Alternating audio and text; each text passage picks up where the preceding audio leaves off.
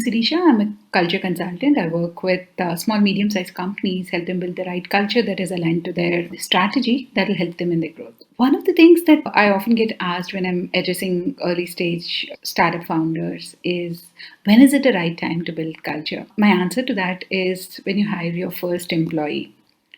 Now, let me step back and actually, say explain why I'm saying this, right? Typically, what I hear from the startup founders, early stage company CEOs, and entrepreneurs is, there are 100 things to do for us in the day, and we need to get customers, we need to ensure we're getting the right revenue, we should be able to show the right return so that we're able to get investment funding, and then 90% of their problems are revolving around their customers, their employees, and all of that, right? So essentially there's so much on their plate every single day, so building the culture in the company tends to fall in the important not urgent category. We'll have seen, I'm not going to name any companies in while I'm talking right now, but we've all seen a lot of these startups that have raised funds, and then when they were at the time of their scaling, they've actually collapsed. And a lot of reasons that are given is a toxic work culture, misaligned processes, huge communication gaps existing in the organization, etc. So that's why I strongly insist that culture is something that needs to move from the important, not urgent category to the important and urgent category. And culture and strategy are as important to a young company, startup, as anything else, right? And both of them need to go hand in hand. So while strategy is going to help you, get the roadmap and you have your goals, and it'll help you get you closer to your goals.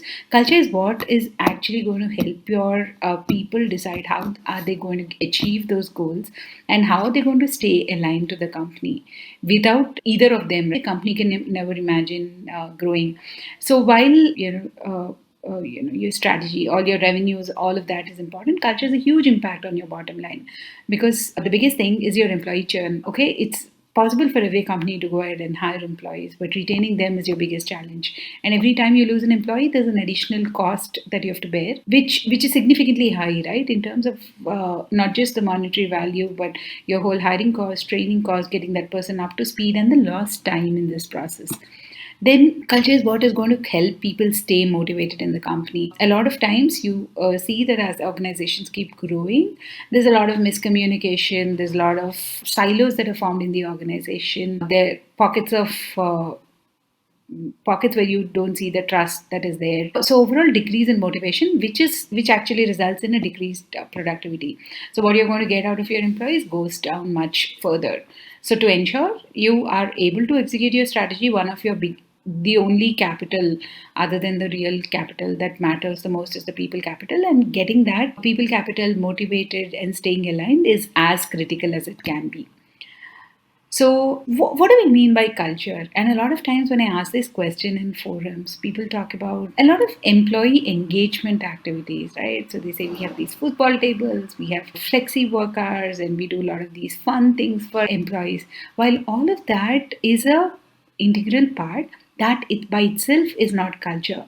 Culture is a lot more, building culture for your organization is a lot more scientific process. It's about thinking how things get done in this company, right? So it's a very, very deliberate decision that the founders and the CEOs, CXOs have to make, right? It's about defining how work gets done in this company, what will be recognized, what will not be recognized, because defining that explicitly, very clearly will help your employees get a direction about how things should get done in the company, right? And that's why I say it's important that you define the culture of the workplace from when you have your first employee. A lot of times early companies in that startup phase are where it's the owner founder driven culture, where it's the owner founder's values and the passion that they bring to the table that gets things done. It's important as you start growing, it's important to ensure this is not lost in communication. And so defining that culture has to happen. Now, what does culture help us in, right? Culture helps us hire, train, develop people, and also retain people. It's all to do with the kind of people that you want to hire, train, and develop. Why is this increasingly becoming important? If you look at the other side of the table, right, you have these employees, the whole workforce. Now, there's been a drastic shift in the mindset of this workforce, right? Earlier times, probably two generations before, you would see that people started their career in one company, continued working in the same company till they retired. There was this phase of work phase and the retirement phase and all of that, right? Now those lines are dividing. What you have out there today in the market is a very, very, very empowered employee. The employee knows what they want. They have their own personalized definitions of what success means to them, what happiness means to them, and what kind of a place do they want to work. Increasingly, you have people checking, and why have Glassdoor and other places become so popular today? Because people increasingly check the kind of culture in the workplace that they're about to go into. And you see this empowered employee has very less dependency on one company for fulfilling their needs, right? To get to where they want. Money is important, the roles are important, titles are important, but even more important for them is the kind of place they're going to spend their major part of the day, more than 60% of their day, the kind of people that they're going to be interacting with, working with. All of that are becoming increasingly important. In my experience, have seen so many people leaving companies where they have explicitly said that they're leaving the company because they don't like working at that place. It's not their nature of work. They go for similar roles, but they go for other companies because they don't like the nature of the workplace. So it's become extremely important, and it is what is going to make or break the future of organizations today. So it's very, very important that companies, having defining their spending time defining their culture, and the CEOs, the founders take that extra effort to actually drive this culture within the organization. Now, like I was mentioning earlier, what do you mean by culture? It's about how people behave, all the unwritten rules, right? It's about how people behave when nobody is watching. It's about how work gets done in the company. It totally defines how people interact with each other, right? It's interaction between employees, it's interacting with the management, it's interacting with the external stakeholders and the customers. So culture define of the company defines how all of these things happen. Maybe in another conversation, I'll talk about some of those examples. We'll talk about real examples in companies and how culture is actually either helping the company grow or helping some companies collapse. The other part that I wanted to also talk about today is purely from a owner founder perspective, right? Why is culture so important? Very recently, I was having this conversation with a CXO of a financial fintech startup, and one of the things he was saying was they've been there in the business for more than 4 years. They've been hiring the best in class people, and still they don't see. He doesn't see that motivation or drive, and he sees innovation, creative thinking is missing, and I'm getting the brightest minds. So I don't know what's going wrong, because I keep telling them that they need to be innovative, they need to be come up with creative ideas. And so I spent some time with talking to his next in line and their employees in general, spend a lot of time in their talking to their teams. And the biggest thing I realized is it's a culture where there was no trust. So, if you have to drive innovation as a culture in the organization, it's important that people should be okay to fail, right? And everybody should be okay to talk about failures and accept failures. And here's a culture in that fintech startup where there was absolute lack of trust. So, failure was held against people, and people were supposed to, I mean, everything was supposed to go right. People are, something didn't progress, they would have these frequent reviews, and some things didn't progress, there would be question. And if the person at the other end, and what was important was the output rather than the what went through.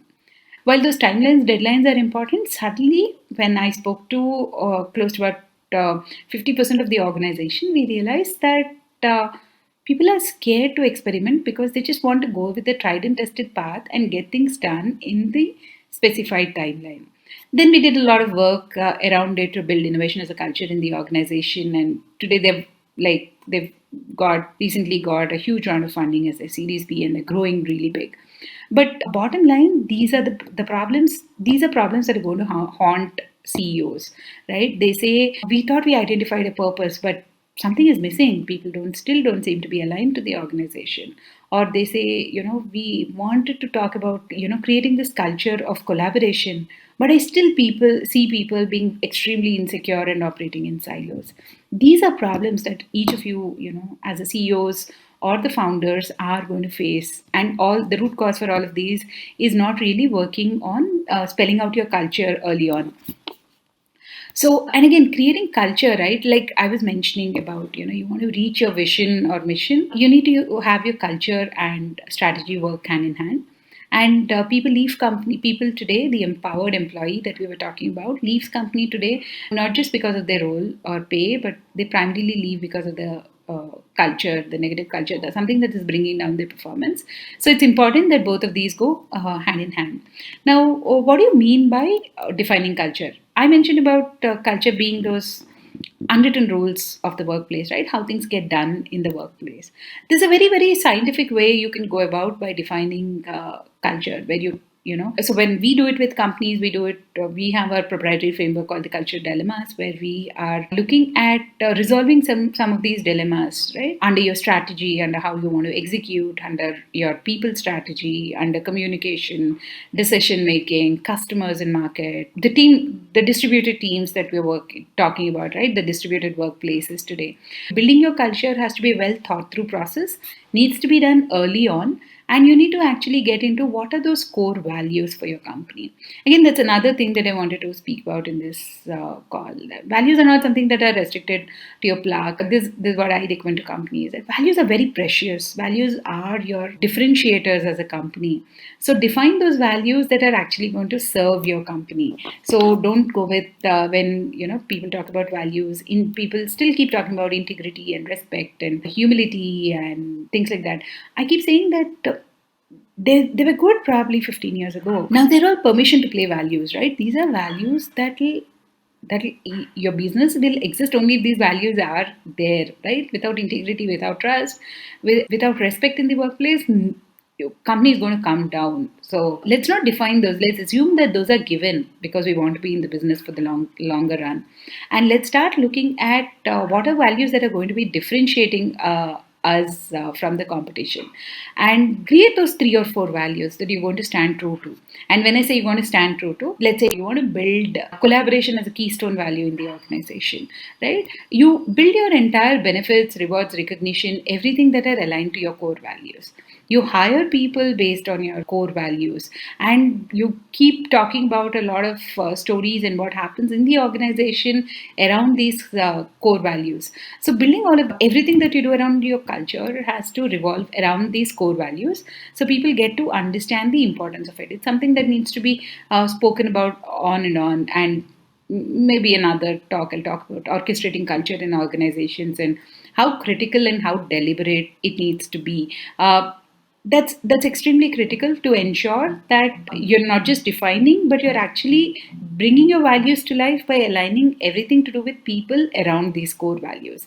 So again, here, make sure you're defining 4 or 5 core values that are going to be very unique to your company, that are going to be very personal to you in alignment to the purpose of the organization. So define those 4 or 5 core values and be very deliberate in executing these core values or bringing these core values to life by revolving all the people practices around these core values.